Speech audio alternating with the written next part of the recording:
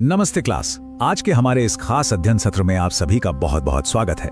आज का हमारा ये एक्सप्लेनर हिंदू पौराणिक कथाओं के एक बेहद आकर्षक और शक्तिशाली पात्र जांबवान पर एक डिटेल्ड एग्जाम रिव्यू होने वाला है।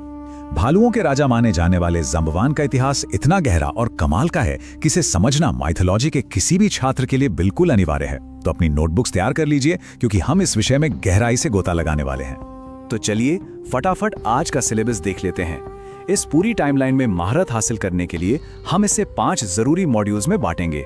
पहला है पौराणिक मूल और जन्म, दूसरा द इमॉर्टल चिरंजीवी टाइमलाइन, तीसरा रामायण में एक शानदार रणनीतिकार के रूप में उनका रोल, चौथा महाभारत का भयंकर योद्धा और पांचवा विभिन्न क्षेत्रीय नाम और उनकी सांस्कृतिक पहुंच।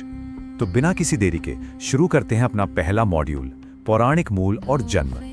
भालुओं के इस महान राजा की उत्पत्ति कहां से हुई, ये समझने के लिए हमें सृष्टि के बिल्कुल आरंभ में चलना होगा। क्लास एग्जाम के लिए आपको यह सीक्वेंस एकदम अच्छे से याद रखना होगा। जरा सोचिए, सृष्टि की शुरुआत हो रही है। भगवान विष्णु की नाभि से निकले कमल पर ब्रह्मा जी विराजमान हैं और ध्यान कर रहे हैं। तभी उन्हें जम्हाई आती है और आश्चर्य की बात देखिए, उसी जम्हाई से अचानक एक भालू प्रकट होता है।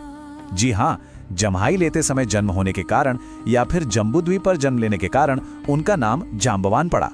ये कोई साधारण जन्म नहीं था, ये एकदम यूनिक उत्पत्ति है जो उनकी असीम दिव्य शक्ति का राज खोलती है।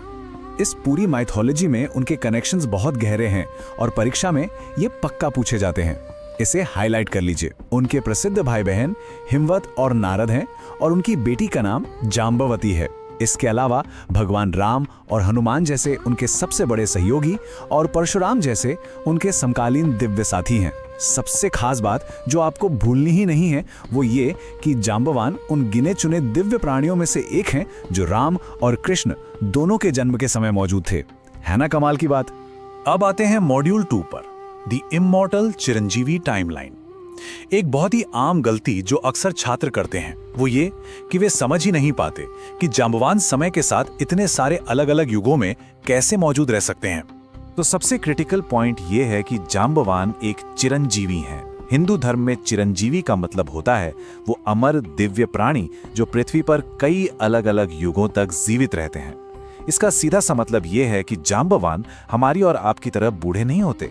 वे एक ऐसे गवाह हैं जिन्होंने महान ऐतिहासिक युगों को अपनी आंखों के सामने बनते और बदलते देखा है। तो जरा उनकी एक क्रोनोलॉजिकल टाइमलाइन देखिए। ये किसी आम इंसान का रेज्यूमे नहीं है, ये बिल्कुल शुरुआत से लेकर कृष्ण के युग तक फैला हुआ है। जब भगवान विष्णु ने मधु और कैटब नाम के राक्षसों से युद्ध किया तब जांबवान वहीं थे। वामन अवतार के युग में उन्होंने एक ही छलांग में वामन देव के 21 चक्कर लगा लिए थे। फिर 6 मनवंतरों के बाद उन्होंने रामायण में भगवान राम की मदद की और उसके भी सदियों बाद महाभारत काल में उनका भगवान कृष्ण से साक्षात युद्ध हुआ। अब बढ़ते हैं मॉड्यूल 3 की ओर। यहाँ हमारा फोकस उनकी सबसे मशहूर केस स्टडी पर होगा, रामायण में एक शानदार रणनीतिकार के रूप में उनका रोल। अब रामायण के युद्ध में उनका जो रोल था ना, वो बड़ा ही दिलचस्प है। वे हमेशा आगे बढ़कर सिर्फ हथियार नहीं चला रहे थे, बल्कि उन्होंने मुख्य रूप से एक मार्गदर्शक, एक डॉक्टर और एक रणनीतिकार यानी स्ट्रैटेजिस्ट के रूप में काम किया। उनका दिमाग ही उनका सबसे बड़ा हथियार था। लेकिन हाँ, एक बात गांठ बांध लीजिए, उनके रणनीतिक दिमाग को उनकी शारीरिक कमजोरी समझने की भूल बिल्कुल मत कीजिएगा। एग्जाम के लिए ये फैक्ट्स बहुत जरूरी हैं। उन्होंने राम जी को माता सीता को खोजने में मदद की और ये जांबवानी थे जिन्होंने हनुमान जी को उनकी भूली हुई असीम शक्तियों की याद दिलाई। और जब सीधे युद्ध की नौबत आई तब उन्होंने रावण और इंद्रजीत जैसे खूंखार राक्षसों के छक्के छुड़ा दिए। जांबवान ने इंद्रजीत की छाती उसी के त्रिशूल से छलनी कर दी थी और रावण की छाती पर इतनी जोरदार लात मारी कि वो वहीं बेहोश हो गया। चलिए अब छलांग लगाते हैं मॉड्यूल 4 में।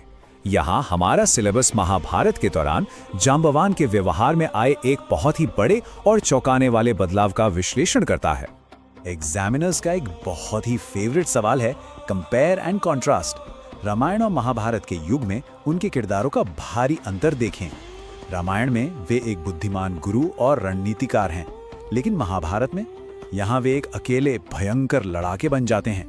वे स्यमंतक नाम के एक चमकते हुए जादुई रत्न के लिए एक शेर को मार गिराते हैं और एक गुफा के अंदर एक बेहद लंबे शारीरिक युद्ध में उलझ जाते हैं। एकदम अलग अवतार। और क्या आपको अंदाजा है कि गुफा के अंदर वो लड़ाई कितनी लंबी चली? भागवत पुराण के अनुसार भगवान कृष्ण के साथ उनका वह युद्ध पूरे 28 दिनों तक चला था।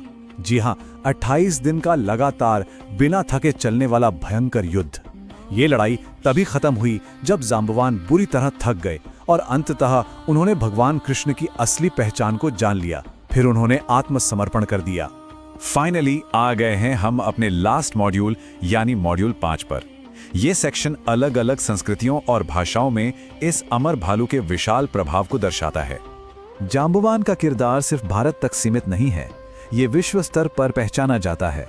इस टेबल को देखिए, दक्षिण और दक्षिण पूर्व एशिया में उनके नामों की कितनी शानदार भाषाई वैरायटी है।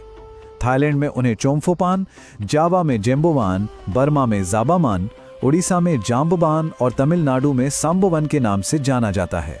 अब सवाल उठता है कि ये इतने सारे अलग अलग नाम क्यों? इसका बहुत ही सीधा सा जवाब है।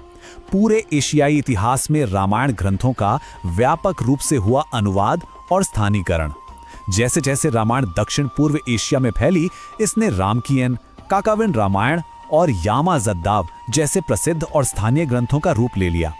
हर संस्कृति ने इस महाकाव्य को अपने रंग में ढाल लिया और जांबवान का किरदार हर जगह अमर हो गया। क्लास खत्म करने से पहले मैं चाहता हूं कि आप सब एक बात पर जरूर गौर करें। एग्जाम से पहले इस पर विचार कीजिएगा। एक पौराणिक पात्र जो सिर्फ एक रचयिता की साधारण सी जमाई से पैदा हुआ था, वो कैसे अनगिनत सहस्राब्दियों तक जिंदा रहते हुए एक ग्लोबल सांस्कृतिक प्रतीक बन जाता है। ये एक अमर प्राणी की उस कमाल की यात्रा का सबूत है जिसने समय की हर सीमा को पार कर लिया। आज के इस अध्ययन सत्र में बस इतना ही। अपने कॉन्सेप्ट्स क्लियर रखिए और माइथोलॉजी परीक्षा के लिए आप सभी को ऑल द बेस्ट।